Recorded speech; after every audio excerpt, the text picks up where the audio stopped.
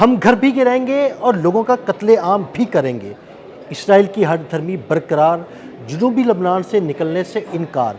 امن معاہدے کے باوجود اتنا سخت بیان آنا ایسا کیوں ہے؟ اس بارے میں اظہر علی خان سے بات کرتے ہیں۔ اظہر بھائی، ایران اور امریکہ میں امن معاہدہ جو ہے وہ تقریباً ہو چلا ہے، کچھ شقوں پر اتفاق ہو گیا ہے، باقی کچھ باتیں جو ہیں اس پر معاملات چل رہے ہیں، لیکن اس کے باوجود اسرائیل کی ہر دھرمی برقرار ہے۔ وہ کہہ رہے ہیں ہم لاشیں بھی گرائیں گے، لوگوں کے گھروں پر قبضے بھی کریں گے، جنوبی لبنان کو نہیں چھوڑیں گے۔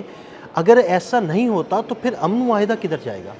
اصل میں یہی معاملہ ہے سارا عادل بھائی، کہ وہاں یہ نتن یاہو کی اور اسرائیل کی بقا کا مسئلہ ہے، اور اگر جنوبی لبنان سے جو داخل ہوئے ہیں اور آگے یہ پیش قدمی کر رہے ہیں، اور اگر ان کو واپس بلا لیا گیا تو اس کا مطلب یہ ہے کہ نتن یاہو کی صاف موت ہے، اور اس کی بہت اہم وجہ ہے۔ اس کی وجہ یہ ہے کہ یہ لبنان کے اندر جا کر مسلسل یہی ایک محاذ رہ گیا ہے جہاں پر اس کو گرم رکھ کر مشرق وسطیٰ میں کہیں نہ کہیں آگ جو ہے وہ آپ لگا سکتے ہیں اور دنیا کو پیغام دے سکتے ہیں کہ آپ جنگ کر رہے ہیں، اور اگر وہاں سے بھی واپس آ جاتے ہیں ایران کا محاذ بھی خاموش ہو جاتا ہے، مشرق وسطیٰ میں اور کوئی ایسا محاذ نہیں نظر آ رہا عرب ملک میں خاص طور پہ، تو اس کے بعد نتن یاہو کو اب جواب دینا پڑے گا کہ تم نے ایران کے خلاف جو مہم تھی اس میں کیا کیا۔ تو اب جو آہستہ آہستہ سرویز آ رہے ہیں اس میں بھی اسرائیلی بالکل یکسو ہو چکے ہیں دو باتوں پر۔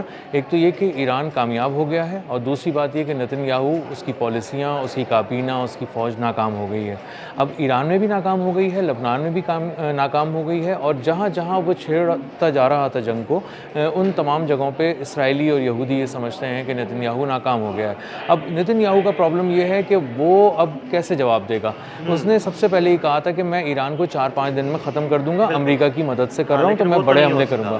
وہ نہیں ہو سکا۔ ایران ابھی بھی ڈٹ کے کھڑا ہوا ہے، اس کو اپنی بقا کی جنگ لڑنی تھی ایران نے، وہ لڑ کر کامیاب ہو کر ابھر کر سامنے آ گیا، وہ معاشی طاقت بن گیا۔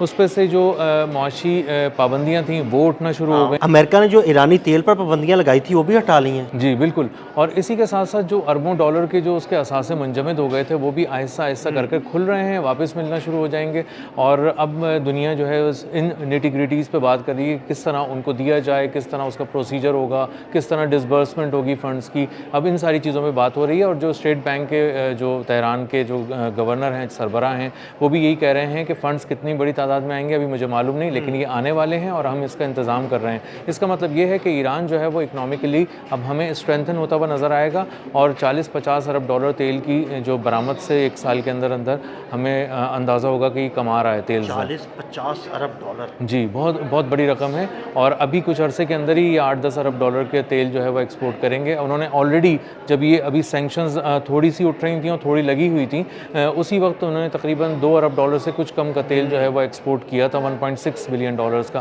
تو اس سے اندازہ ہو رہا ہے کہ ایران بہت مضبوط ہو گیا۔ تو نتن یاہو کا ہر نیریٹو ناکام ہو گیا ہے۔ نتن یاہو کہہ رہا تھا کہ ایران خطرہ ہے، ایران نے بہت سارے ایسے پروڈنٹ اسٹیپس لیے، ایسے تدبر والے اسٹیپس لیے، جس سے اندازہ ہو گیا کہ وہاں کی حکومت کے بارے میں نتن یاہو جو پورٹرے کر رہا تھا کہ یہ لوگ وحشی ہیں، ان سے بچنا بہت مشکل ہے، ایسا نہیں ہوا۔ انہوں نے بہت سارے ایسے اسرائیلیوں کی جان نہیں لی جو لی جا سکتی تھی، جن شہروں پہ حملہ کر سکتے تھے، نہیں کیا انہوں نے، غیر ضروری طور پہ فوجی اہداف کو نشانہ بالکل بنایا۔ انہوں نے فوجی اہداف پر حملہ کیا، انہوں نے کسی بھی سویلین آبادی کو نشانہ نہیں بنایا۔ جی بالکل، اور اسی طرح انہوں نے پیٹرو کیمیکل کے جو پلانٹس ہیں ان کو نشانہ بنایا۔ وہ بھی تب حملہ کرتا تھا جب ایران کے پیٹرو کیمیکل پلانٹ پہ حملہ کیا جاتا تھا تو اس کے جواب میں کرتا تھا۔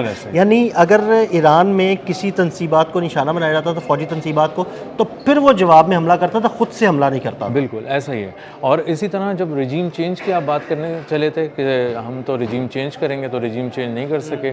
آپ نے والد کی جان لے لی، ان کے بیٹے کو جو ہے وہ شہادت کے بعد وہ آ گئے یہاں پر، اور وہ اس سے زیادہ ایک الگ انداز میں چیزوں کو لے کے چل رہے ہیں۔ تو اندازہ یہ ہو رہا ہے کہ نتن یاہو کی گرپ ایران پہ تو کمزور ہو چکی تھی، اب لبنان پہ بھی ایسا ایسا ختم ہو رہی ہے۔ تو لبنان میں جو مزاحمت کر رہے ہیں، جو وہاں پر حزب اللہ ہے، تو وہ کوشش کر کے اپنے سائز سے کافی بڑے لیول کی مزاحمت کر رہی ہے، اور ہمیں دیکھنے میں آ رہا ہے انہوں نے ساؤتھ سے مارنا شروع کیا ہے، وہ سینٹر تک مارتے مارتے ان کو لائے ہیں۔ اب انہوں نے ایک ایک فوجی کو جب ڈرون سے نشانہ بنایا، کروز میزائل سے نشانہ بنایا، اور اسی کے ساتھ ساتھ جو انہوں نے ناردرن اسرائیل کا محاذ گرم کر دیا، یعنی شمالی جو اسرائیل تھا وہ انہوں نے بالکل ویسے کر دیا جیسے سینٹرل تل اویو تھا، جو 2-3 مہینے پہلے تک تھا، کہ وہاں پہ بم آ کے گر رہے تھے، میزائل آ کے گر رہے تھے، سائرن بج رہے تھے، الارمز بج رہے تھے، اور لوگوں کو کہا جا رہا تھا کہ آپ پہنچیں، بنکرز کے اندر چھپ جائیں۔ تو زندگی شمالی اسرائیل میں بالکل ویسی ہو گئی تھی جیسے تل اویو میں 2-2.5-3 مہینے پہلے تک تھی۔